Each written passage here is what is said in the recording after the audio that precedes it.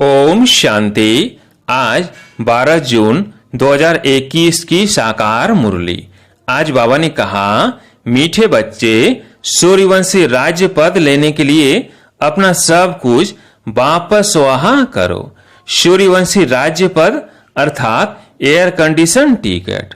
प्रश्न, इस दुनिया में तुम बच्चों से अधिक खुशनसीब कोई भी नहीं। कैसे? उत्तर, तुम बच्चों के सम्मुख बेहद का बाप है। उनसे तुम्हें बेहद का वर्षा मिल रहा है। तुम इस समय बेहद बाप, टीचर और सदगुरु के बनकर उससे बेहद की प्राप्ति करते हो। दुनिया वाले तो उसे जानते भी नहीं, तो तुम्हारे जैसा खुशनसीब हो कह सकते। गीत है, बड़ा खुशनसीब है। ओम शांति। ब्राह्मण कुल हुस्न बच्चे जानते हैं कि अभी हम ब्राह्मण संप्रदाय के हैं, फिर दैवी संप्रदाय बनेंगे। बच्चों को बाप बेट समझाते हैं, जबकि बेहद का बाप सम्मुख है और उससे बेहद का वर्षा मिल रहा है। बाकी और क्या चाहिए? भक्ति मार्ग कब से चलता है यह कोई को पता नहीं है। भक्ति मार्ग वाले भक्त भगवान को अथवा ब्राइड से ब्राइड ग्रूम को याद करते हैं, परंतु वंडर है कि उनको जानते नहीं। ऐसा कभी देखा कि सजनी साजन को न जाने? नहीं तो याद कर ही कह सकती। भगवान तो सबका बाप ठहरा। बच्चे बाप को याद करते हैं, परंतु पहचान बिगर याद करना सब व्यर्थ हो जाता है। इसलिए याद करने से कोई फायदा नहीं निकलता। याद करते कोई भी उस एम ऑब्जेक्ट को पाते नहीं। भगवान कौन है, उससे क्या मिलेगा? कुछ भी नहीं जानते। इतने सब धर्म, क्राइस्ट, बौद्ध आदि प्रिसेप्टर अथवा धर्म स्थापन करने वालों को उनके फॉलोअर्स याद करते हैं, परंतु उनको याद करने से हमको क्या मिलना है? कुछ भी पता नहीं है। इससे तो जिस्मानी पढ़ाई अच्छी है। एम ऑब्जेक्ट तो बुद्धि में रहती है ना। बाप से क्या मिलता है, टीचर से क्या मिलता है और गुरु से क्या मिलता है, यह और कोई भी नहीं समझ सकते हैं। तुम यहाँ बाप के, फिर टीचर के, फिर सदगुरु के बनते हो। बाप और टीचर से गुरु ऊंच होता है। अब तुम बच्चों को निश्चय हुआ कि हम बाप के बने हैं। बाबा हमको 5000 वर्ष पहले मुआफिक आकर के स्वर का मालिक बनाते हैं अथवा शांति धाम का मालिक बनाते हैं।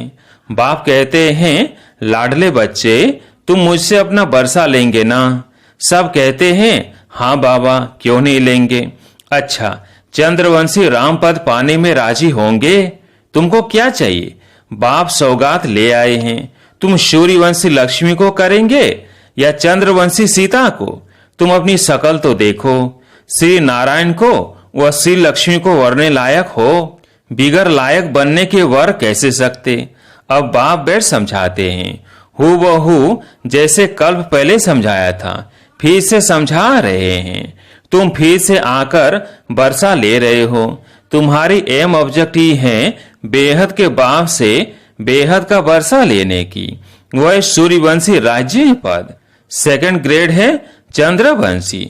जैसे air condition first class, second class होते हैं ना, तो सतयुग की पूरी राजधानी एयर कंडीशन समझो। एयर कंडीशन से ऊंच तो कुछ होता नहीं। फिर है फर्स्ट क्लास। तो बाप कहते हैं, तुम एयर कंडीशन का सूर्यवंशी राज्य लेंगे व चंद्रवंशी फर्स्ट क्लास का। उससे भी कम तो फिर सेकंड क्लास में नंबर वार बारिश बनो। फिर तुम पीछे पीछे आकर राज्य पाएंगे। नहीं तो थर्ड क्लास पर जा, फिर उनमें भी टिकट रिजर्व होती है। First class reserve, second class reserve, number वार दर्जे होते हैं ना। बाकी सुख तो वहां है ही, अलग अलग कंपार्टमेंट तो है ना। साहूकार आदमी टिकट लेंगे एयर कंडीशन की। तुम्हारे में साहूकार कौन बनते हैं? जो सब कुछ बाप को दे देते हैं। बाबा, यह सब कुछ आपका है। भारत में ही महिमा गाई हुई है। सौदागर, रत्नागर, जादूगर, यह महिमा है बाप की, न कि श्री कृष्ण की। कृष्ण ने तो वर्षा लिया, सतयुग में प्रारब्ध पाई, वो भी बाबा का बना। कहां से तो पाई होगी। लक्ष्मी नारायण सतयुग में प्रारब्ध भोगते हैं। अब तुम बच्चे अच्छी रीति जानते हो। जरूर इन्होंने पास्ट में प्रारब्ध बनाई होगी ना। नेहरू की प्रारब्ध कितनी अच्छी थी, जरूर अच्छे कर्म किए थे। बिगर ताज भारत का बादशाह था। भारत की महिमा तो बहुत है। भारत जैसा ऊंच देश कोई हो नहीं सकता। भारत परमपिता परमात्मा का बर्थ प्लेस है। यह राज कोई की बुद्धि में नहीं बैठता। परमात्मा ही सबको सुख शांति देते हैं। आधा कल्प के लिए भारत ही नंबर 1 तीर्थ स्थान है। परंतु ड्रामा अनुसार एक बाप को भूलने से सृष्टि की हालत कैसी हो गई है। इसलिए शिव बाबा फिर से आते हैं। निमित्त तो कोई बनते हैं ना। अब बाप कहते हैं अशरीरी भव, अपने को आत्मा निश्चय करो। मैं आत्मा किसकी संतान हूं यह कोई जानते नहीं। वंडर है ना। कहते भी हैं ओ गॉड फादर रहम करो। शिव जयंती भी मनाते हैं, परंतु वो कब आए थे कोई को पता नहीं। और यह है 5000 वर्ष की बात। बाप ही आकर नई दुनिया सतयुग स्थापन करते हैं। सतयुग की आयु लाखों वर्ष तो है नहीं, तो घोर अंधियारा है ना। गीता का उपदेश कितने आकर सुनते हैं, परंतु न पढ़ाने वाले न पढ़ने वाले कुछ समझते हैं। बाप कितना सहज कर समझाते हैं। सिर्फ बाप को याद करो। गृहस्थ व्यवहार में रहते कमल फूल समान बनो। विष्णु को ही सब अलंकार दिए हैं, शंख भी दिया है, फूल भी दिया है। वास्तव में देवताओं को थोड़ी दिया जाता है। यह कितनी गुह्य गंभीर बातें हैं। हे ब्राह्मणों के अलंकार, परंतु ब्राह्मणों को कैसे देवे। आज ब्राह्मण है, कल शूद्र बन पड़ते हैं। ब्रह्म कुमार ही शूद्र कुमार बन पड़ते। माया देरी नहीं करती। अगर कोई गफलत की, बाप की सीमत पर ना चला, बुद्धि खराब हुई, माया अच्छी तरह चमाट मार मुंह फेर देती है। मनुष्य गुस्से में कहते हैं ना, थप्पड़ मार मुंह फेर दूंगा। तो माया भी ऐसी है। बाप को भूले और माया 1 सेकंड में थप्पड़ मार मुंह फेर देती है। 1 सेकंड में जीवन मुक्ति पाते हैं। माया सेकंड में जीवन मुक्ति खत्म कर देती है। कितने अच्छे अच्छे बच्चों को माया पकड़ लेती है। देखती है कहाँ गफलत में है तो झट थप्पड़ लगा देती है। बाप तो आकर पुरानी दुनिया से मुंह फिराते हैं। लौकिक बाप कोई गरीब होता है, पुरानी झोपड़ी में रहते हैं, फिर नया बनाते हैं तो बच्चों की बुद्धि में बैठ जाता है। बस अब नया मकान तैयार होगा, हम जाकर बैठेंगे, यह पुराना तोड़ देंगे। बाप ने तुम्हारे लिए हथेली पर बहिष्ठ अथवा वैकुंठ लाया है।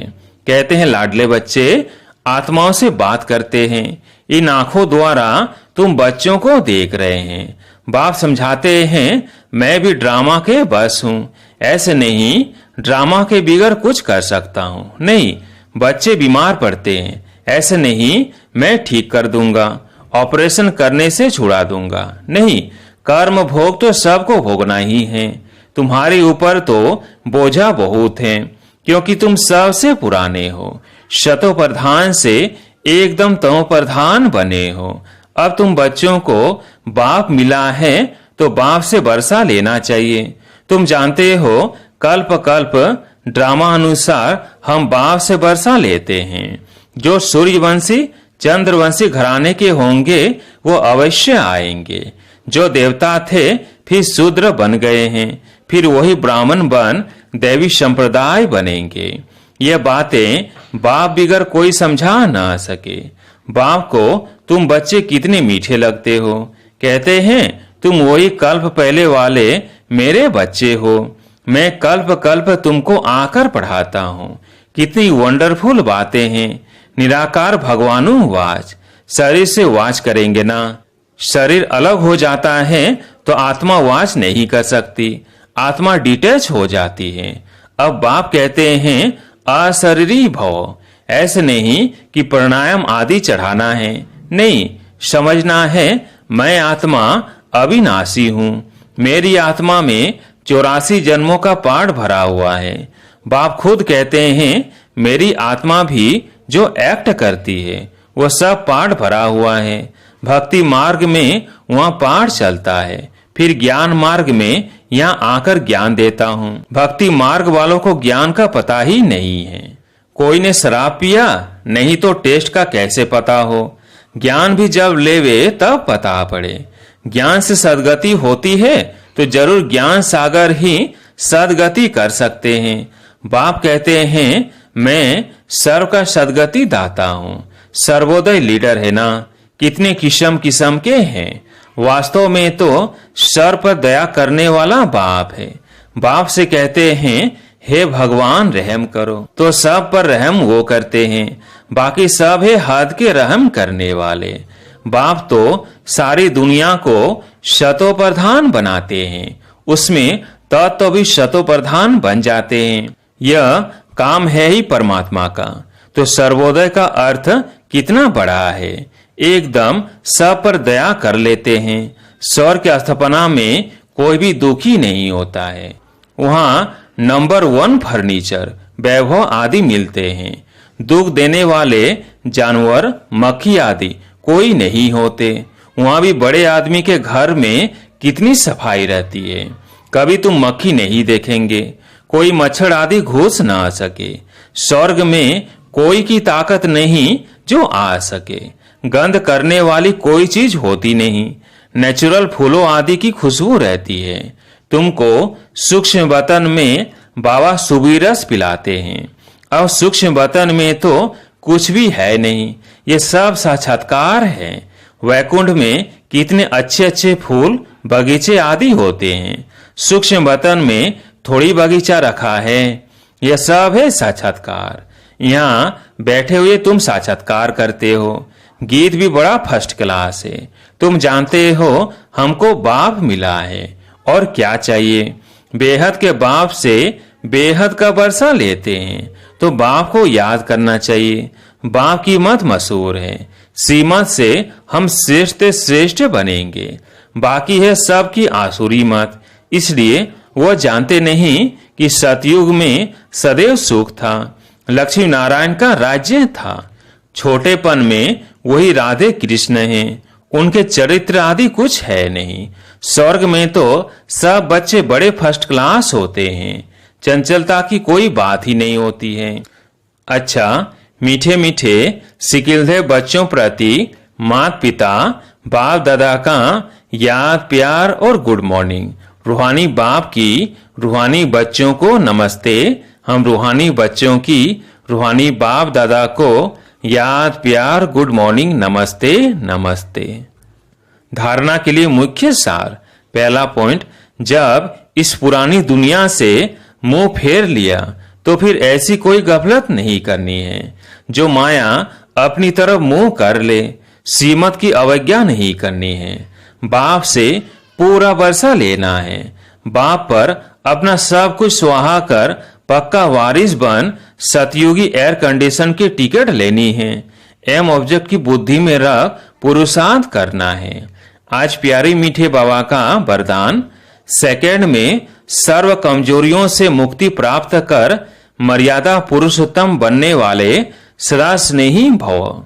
सेकंड में सर्व कमजोरियों से मुक्ति प्राप्त कर मर्यादा पुरुषोत्तम बनने वाले सदा स्नेही भव। जैसे स्नेही स्नेह में आकर अपना सब कुछ नेछावर व अर्पण कर देते हैं। स्नेही को कुछ भी समर्पण करने के लिए सोचना नहीं पड़ता।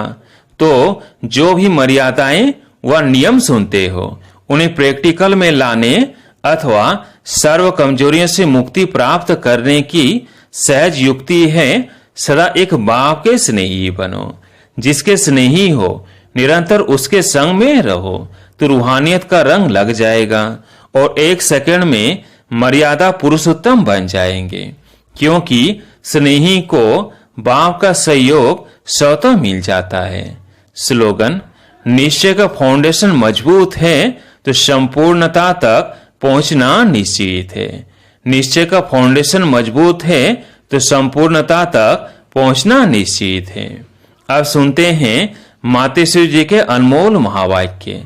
हेडलाइन, मनुष्य लोक, देवलोक, भूत प्रेतों की दुनिया का विस्तार। बहुत मनुष्य प्रश्न करते हैं, यह जो अशुद्ध जीव आत्माएं जिनको घोष्ट कहा जाता है, यह सच है या कल्पना है अथवा वहम है, उस पर आज स्पष्ट समझाया जाता है कि मनुष्य आत्मा जब विकर्म करती है तो उनको अनेक प्रकार से सजाएं भोगनी अवश्य पड़ती है, और भोगनी भी मनुष्य जन्म में है, न कि जानवर, पंछी और पशु योनि में। मनुष्य बनता है। मनुष्य आत्मा अलग है और जानवर की आत्मा अलग है। मनुष्य कभी जानवर नहीं बनता और न जानवर कभी मनुष्य बन सकता है। उनों की दुनिया अपनी है, यह मनुष्य आत्माओं की दुनिया अपनी है। दुख सुख भोगने की महसूसता मनुष्य में जाती है, न कि जानवरों में। जब हम शुद्ध कर्म करने से सुख भी मनुष्य तन में पाते हैं तो दुख भी जरूर मनुष्य तन में ही आकर भोगना है, और यह ज्ञान सुनने की बुद्धि भी मनुष्य तन में ही रहती है, न कि जानवरों में। तो इस सृष्टि खेल में मुख्य पाठ मनुष्य का है। यह जानवर, पंछी आदि तो जैसे सृष्टि ड्रामा की शोभा है। सारे कल्प के अंदर सतयुग आदि से कलयुग के अंत तक मनुष्य आत्माओं के 84 जन्म हैं। बाकी ये 84 लाख तो जानवर, पंछी आदि की वैरायटी हो सकती है। अब ये सब राज परमात्मा बिगर कोई नहीं समझा सकता। आत्माओं का निवास स्थान है ब्रह्म तत्व, अर्थात निराकारी दुनिया। बाकी इन जानवरों की आत्माएं ब्रह्म तत्व में नहीं जा सकती, वो इस आकाश तत्व के अंदर ही पाठ बजाती है। उनों का भी मर्ज, इमर्ज का और सतो रजो तमो में आने का पाठ होता है। इसलिए हमें प्रकृति के बहुत विस्तार में न जाकर पहले अपनी आत्मा का कल्याण करे, अर्थात मन मना भव। अब आते हैं मनुष्य आत्मा पर। तो जो आत्माएं अशुद्ध कर्म करने से विकर्म बनाती है, वो अपने अशुद्ध संस्कार अनुसार जन्म मरण के चक्कर में आए आदि मध्य अंत, अर्थात मरने के समय अपने किए हुए विकर्मों का साक्षात्कार पाए सूक्ष्म में सजाएं भोगती है। इस थोड़े समय में अनेक जन्मों का दुख महसूस होता है। फिर शरीर छोड़ जाकर गर्भ जेल में दुख भोगती है, और फिर संस्कार अनुसार ऐसे माता पिता के पास जन्म ले वहां भी अपने जीवन में सुख दुख भोगती है। इसको कहा जाता है आदि मध्य अंत। परंतु कोई आत्मा शरीर न धारण कर आकारी रूप में इस आकाश तत्व के अंदर घोष्ट बन भटकती रहती है। यह भी एक सजा है, अर्थात भोगना है।